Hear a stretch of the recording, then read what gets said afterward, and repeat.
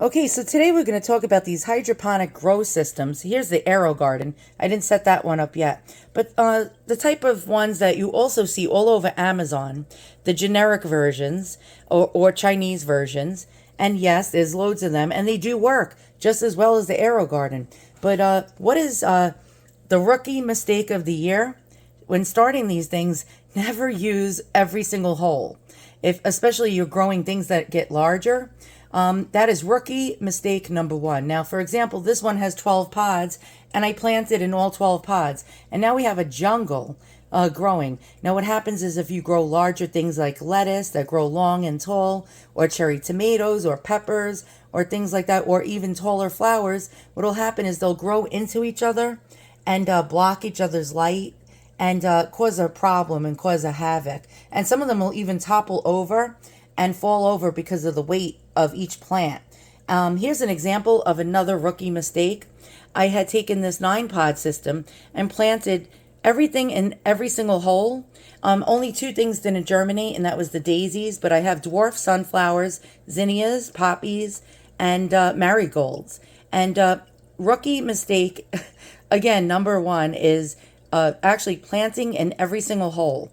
And you can actually cover the little holes, the empty little holes, with golf balls. I've seen people do that. So if you're going to do something big like this, like dwarf sunflowers, which aren't so dwarf after all. And by the way, this thing extends up to 21 inches high. These things may get taller than 21 inches. What do? What to do. You can actually probably pull the pod out because it's made out of like some kind of cocoa coir or peat moss, and place it in the soil outside and transplant it.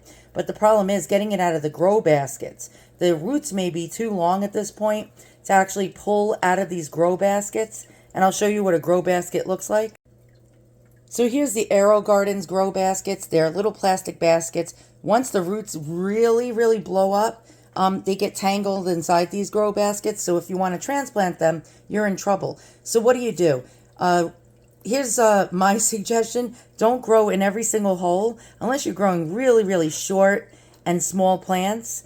And number two, try to come up with some way that you can get them from stopping themselves from flopping over. Again, top-heavy plants will flop over. Here's an example of a carnation. You see how it's like flopping over instead of growing upright?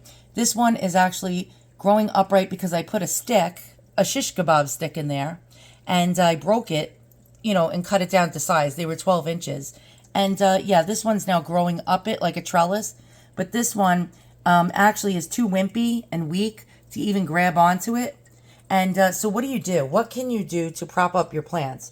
And they don't sell any kind of trellis systems. They do have some kind of trellis system for the AeroGarden Bounty, but they don't make it for the AeroGarden Elite or the other AeroGardens or these generic ones. So everybody's got plastic bottles around the house. It could be soda bottles, water bottles, iced tea bottles. And you can come up with some kind of like plan on how to prop up your plants by using this and cutting them. Now I use this knife, and a serrated edge knife or an X-Acto knife or a scissor would actually work. But I use the Kitfi knife, which is razor sharp. And if you want to know more about the Kitfi knife, I did a product review on a whole entire set of these knives by Kitfi. And wow, it cuts through this like butter. And I'm going to show you what I did with these water bottles. So before I show you my little setup, what you can do is the best bottle I noticed so far out of all these that you see here, because these have narrow cap areas, like right here where you want to place your plants in. It's very, very narrow, especially the Pellegrino bottle. But so far, the widest one that I've found in my house is the Arizona bottle. The cap areas are way wider than a Poland Spring bottle. And here, I'll show you the difference. Hang in there. Let's get this done. All right. So there you go. You can see the cap area on the Arizona is way wider than, say, a Poland Spring water. This is too narrow. This is just right. So for example number one, I took my Kitfi knife with the serrated edge and I cut right through the Arizona bottle, right about here, right above where the cap is, and to give it like a cup shape, and I just cut right through it. Then another thing I did was I cut this part of the bottle because this was left after I cut this part out. And I cut that down and made a cylinder. And let's check out what I did. Okay, so in this one hydroponic unit, which looks like a ghetto, it's a ghetto garden system. Here's what I did. This is what I showed you when I cut the Arizona bottle, right above the label, near where the cap was. This is holding up my lettuce now and keeping it more actually straight up and down than where it spreads out really wide and gets into everything else. Here's another example of the same method. I used the cap from the Arizona for this lettuce. And as you can see, instead of it spreading out and going into my tiny Tim tomato over here and my peppers and everything else I'm growing, it's staying more upright. Now here's the cylinder version. I showed you how you can cut the middle section of the bottle and you can keep your lettuce actually growing upright and not flopping over and actually hogging up everybody else's light nearby.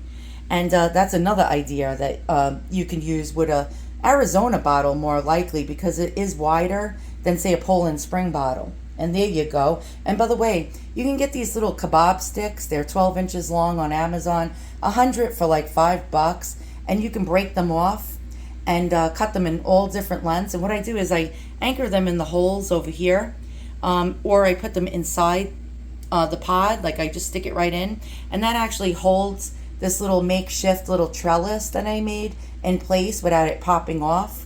And you can see I did that in here as well.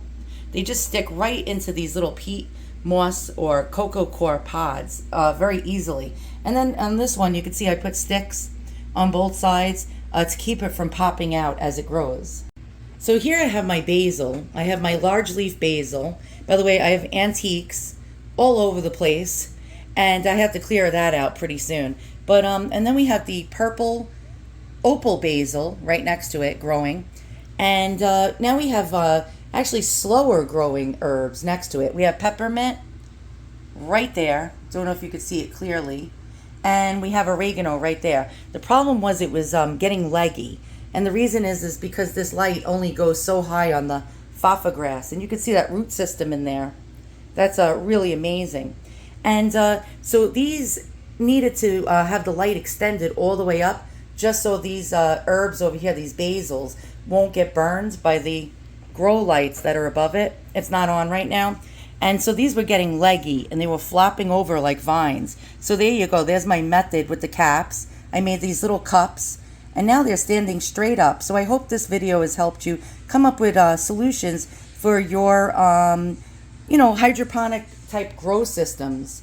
And sorry, my daughter's walking in the room right now interrupting my video. But there you go. You can take the... Sorry that you on the whole entire downstairs. Excuse me, I'm doing a video. Okay. Sorry about that. So you can, somebody's always got to, interrupt one of my YouTube videos. 10 videos a day in the kitchen. Okay, excuse me, goodbye. Oh, she just stepped on the dog's toy. That's karma.